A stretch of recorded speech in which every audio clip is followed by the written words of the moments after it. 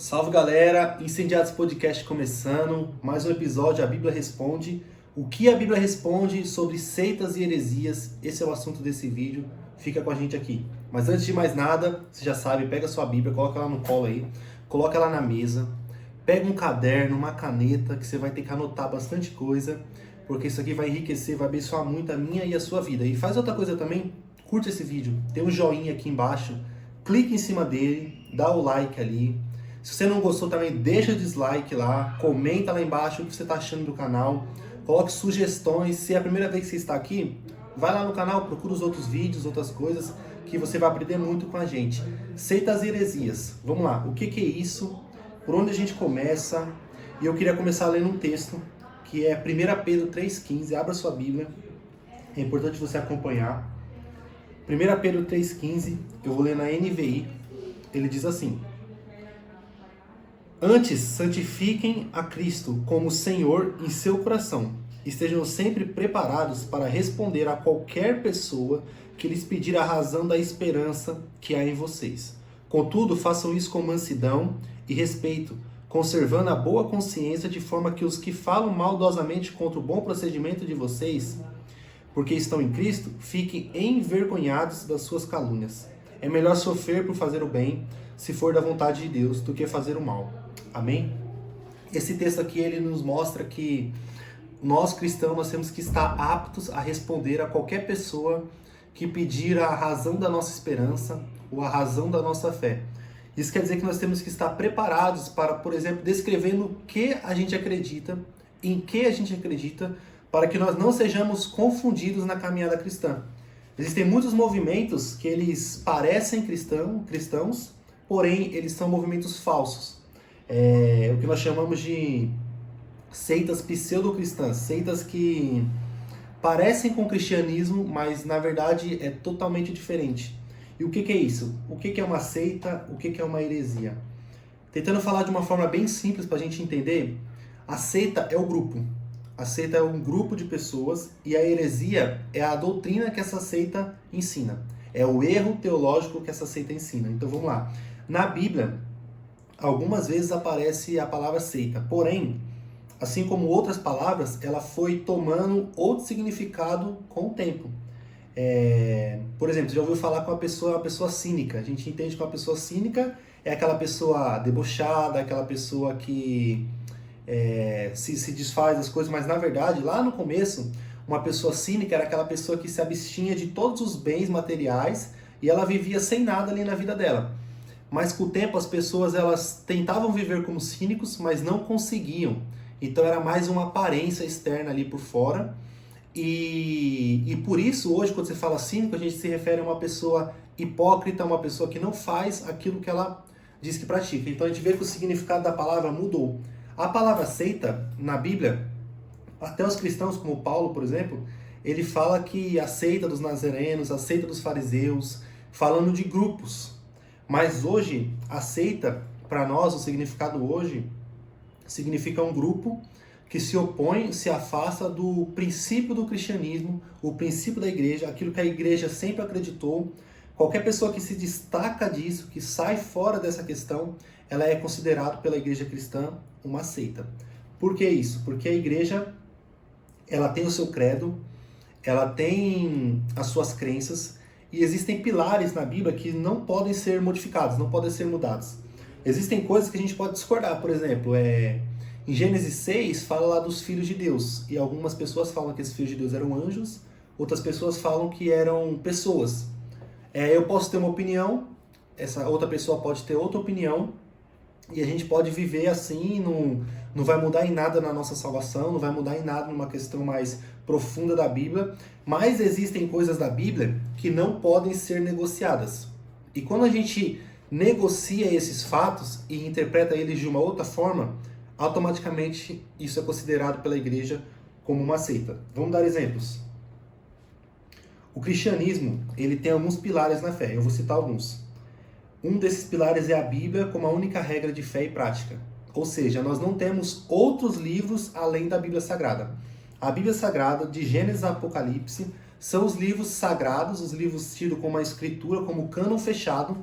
Então a igreja cristã, para ela dizer que ela é cristã, ela precisa crer apenas na Escritura, apenas na Bíblia, e isso a gente sabe pela Reforma Protestante lá, né? Somente a Escritura, somente a graça, a fé e tudo mais.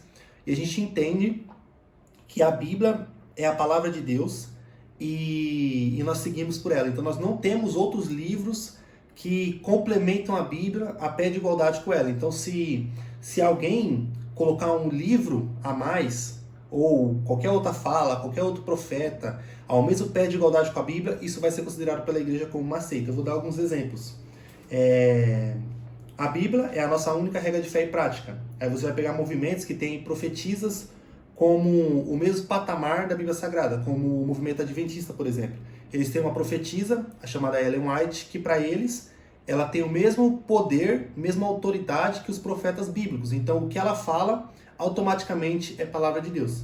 Então isso é considerado pela igreja como uma atitude sectária, ou seja, por isso que a igreja adventista é considerada uma seita, porque ela acrescenta livros a mais ao cânon da Bíblia, não diretamente na Bíblia, mas os livros são decretados como palavra de Deus.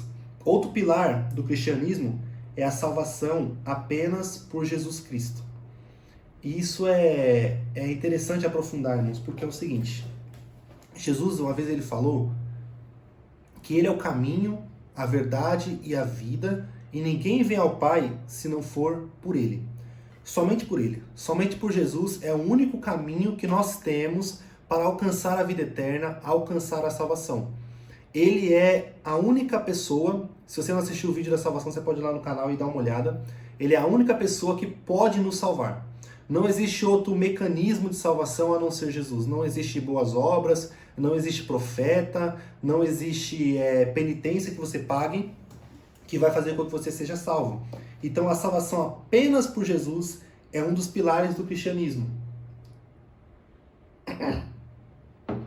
Perdão. Então, se algum movimento acrescenta algo à salvação, ele também é considerado uma seita. Vamos dar um exemplo. Você precisa crer em Jesus e você precisa doar 30 cestas básicas por ano. Um exemplo aqui. A salvação, ela não vem por meio de obras. A salvação vem por Jesus. Então qualquer grupo que acopla a salvação a alguma coisa que você precisa fazer, ele é considerado uma seita. Então, salvação somente por Jesus é um outro pilar. Terceiro pilar, a Trindade. Pai, Filho e Espírito Santo. A igreja, historicamente, ela crê que existe um único Deus verdadeiro, e esse Deus ele tem um nome, o nome dele é Jeová, representado pelas 4 letras no Antigo Testamento, YHWH, nome santo, nome sagrado de Deus, e um nome que não deve ser dito em vão. A esse nome toda a honra e toda a glória. Porém, esse nome, ele é apresentado em 3 pessoas. Ele é apresentado no Pai, no Filho e no Espírito Santo. Então eu vou dar um exemplo para vocês. Isaías 44, ele fala: Eu sou Jeová, Rei de Israel, o primeiro e o último, e fora de mim não há Deus. Eu sou Jeová, Rei de Israel, o primeiro e o último. Isaías 44, 6. Só que quando a gente chega lá em Apocalipse 1, Jesus falando para João, ele fala: Não temas, eu sou o primeiro e o último, aquele que esteve morto, mas hoje estou vivo. A gente vê que Jesus, ele invoca ali a mesma fala de Jeová em Isaías 44. Ou seja, Jesus é Jeová. A divindade complexa que entre Pai, Filho e Espírito Santo é apresentada muitas vezes na Bíblia. E Jesus, no Novo Testamento, isso fica claro que ele era o Deus também ali no Antigo Testamento. Então a Trindade é o quê? É um único Deus verdadeiro apresentado em 3 pessoas, no Pai, do Filho e do Espírito Santo. Então é uma única divindade apresentada em 3 pessoas distintas, não separadas, não diferentes, distintas. O Pai, o Filho e o Espírito Santo. Porque Jesus é apresentado como Deus, o Pai como Deus e o Espírito Santo como Deus. E a única forma de você harmonizar isso é você entendendo que esses 3 compartilham a mesma divindade. E qualquer um que interpreta isso de maneira diferente, ele é considerado uma seita pela igreja historicamente. Ressurreição de Jesus também é um grande pilar, porque Paulo ele fala que se Jesus não ressuscitou dentre os mortos, a nossa fé ela é vã. A nossa fé ela não tem sentido. E eu explico para vocês por quê. Jesus ele teve seu ministério, ele veio até essa terra e ele veio com uma missão que a gente sabe que é buscar e salvar aquilo que você havia perdido. E nessa missão ele precisaria morrer. Nessa missão ele precisaria morrer pelos nossos pecados para nos salvar.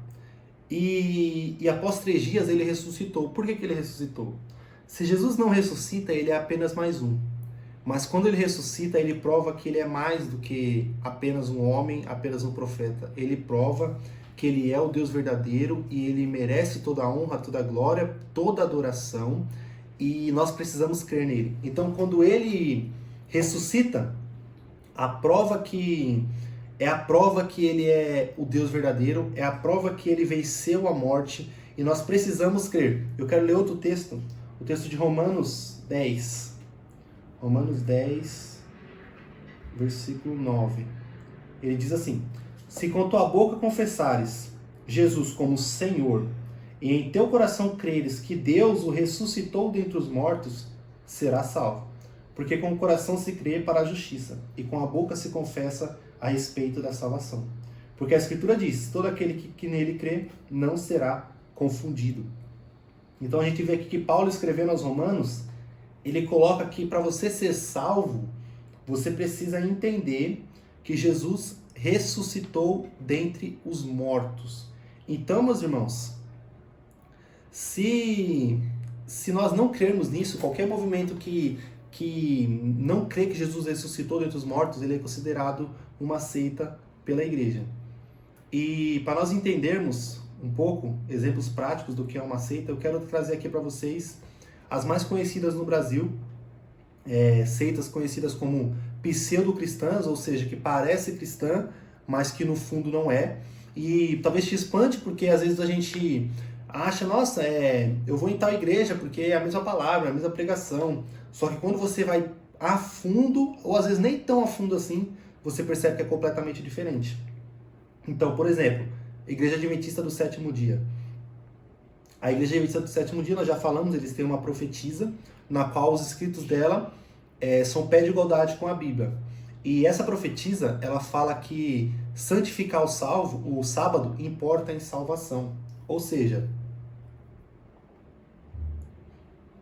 para você ser salvo, você precisa crer em Jesus e guardar o sábado. E é por isso que eles não consideram as outras igrejas como igrejas verdadeiras. Por quê? Se você não guarda o sábado, você está perdido. Então, se nós somos cristãos e não guardamos o sábado, para eles nós não temos salvação. E eles trazem a salvação apenas para a denominação deles. E isso é o que a gente chama de exclusivismo, que é uma outra característica de uma seita. Ela não pensa na igreja como um corpo de Cristo, na qual existem coisas que a gente pode discordar, mas que no principal, no pilar, a gente concorda. Não. Eles trazem a salvação apenas para eles, são exclusivistas, e com isso são considerados seitas pela Igreja Universal. Então esse é o problema dos adventistas, é uma seita que o pessoal conhece. A outra são as testemunhas de Jeová. As testemunhas de Jeová, eles têm a Bíblia, eles usam uma tradução que é apenas deles, só eles usam essa tradução, que é a tradução Novo Mundo. E eles também têm a sociedade Torre de Vigia, que são os escritos lá da liderança deles, que também é considerado a palavra de Deus. E testemunhos de Jeová, eles sempre mudam. E você pode perceber que seitas, elas mudam o tempo todo as falas deles. Então se você perguntasse para uma testemunha de Jeová, há alguns anos atrás, se Jesus era Deus, eles falariam que não, que Jesus não é Deus. Com o decorrer do tempo, eles mudaram essa linguagem e agora eles falam que Jesus é Deus, sim, porém ele é um Deus menor. Ele não é o Deus igual ao Pai. E isso é um problemaço, porque nós já falamos que um dos pilares da fé é entender que Jesus é o Deus verdadeiro também. E isso é um grande problema. Então eles têm essas crenças e eles também trazem a salvação apenas para eles. Então você vai perceber que você vai conversar com o testemunho de Jeová, você só pode ser salvo se você fizer parte daquele grupo. Então inclusive nos seus evangelismos que eles fazem toda semana, você deve ter visto, aquilo ali tem uma contagem de horas que você conta e você entra na lista das pessoas que são salvas. Então, não é apenas por Jesus. A pregação do evangelho também é conta como parte da salvação, livros adicionados e sem contar a tradução deles, que só eles têm. Nós falamos do nome de Jesus, nome de Deus aqui, o tetragrama, as 4 letras, elas são hebraicas. E essa palavra, esse nome de Deus, ele só aparece no Antigo Testamento, porque o Novo Testamento ele é grego. E se você tiver uma Bíblia tradução Novo Mundo aí, você vai perceber, se você tiver paciência de contar, ou então você joga no Google, mais ou menos 230 vezes o nome Jeová aparece no Novo Testamento da Bíblia dos Testemunhos de Jeová, interpolando o nome que não existe nos escritos sagrados para a bel prazer da interpretação deles, e eles gostam de menosprezar a divindade de Jesus. Então, a palavra que era para ser, por exemplo, Jeová no Novo Testamento para Jesus, eles tentam tirar aquilo ali para mostrar que Jesus não é Deus. Então, o Testemunho de Jeová é uma seita bem conhecida. E tem mais uma aqui que eu quero citar, para ficar mais claro ainda, que é a Igreja de Jesus Cristo dos Santos dos Últimos Dias, ou, se você conhece, a Igreja dos Mormons. Essa aqui tem um nome muito bonito, né? Quando a gente olha uma igreja com esse nome, você pode, meu Deus, é uma igreja boa, precisa congregar com eles, porém, é muito mais embaixo. E quando você vai perceber, você vai entender que essa igreja, ela foi fundada através de uma visão de um homem chamado Joseph Smith, na qual ele viu ali um anjo chamado Moroni, que deu a ele ali a revelação de onde estavam escondido um outro testamento de Jesus Cristo nas Américas, escrito em tábuas de ouro, na qual ele recebeu ali o dom para interpretar. Estava escrito em egípcio antigo, e ele traduziu para o inglês e escreveu ali o que eles têm hoje como o Livro de Mormon. Esse Livro de Mormon, ele é um outro testamento de Jesus Cristo. Então, hoje eu estou com sede. É um outro testamento de Jesus Cristo, na qual ele dá continuidade à Bíblia, ou seja, não é apenas a Bíblia a regra de fé deles, eles têm um outro testamento, e com isso eles se apresentam como a única igreja que tem a verdade completa.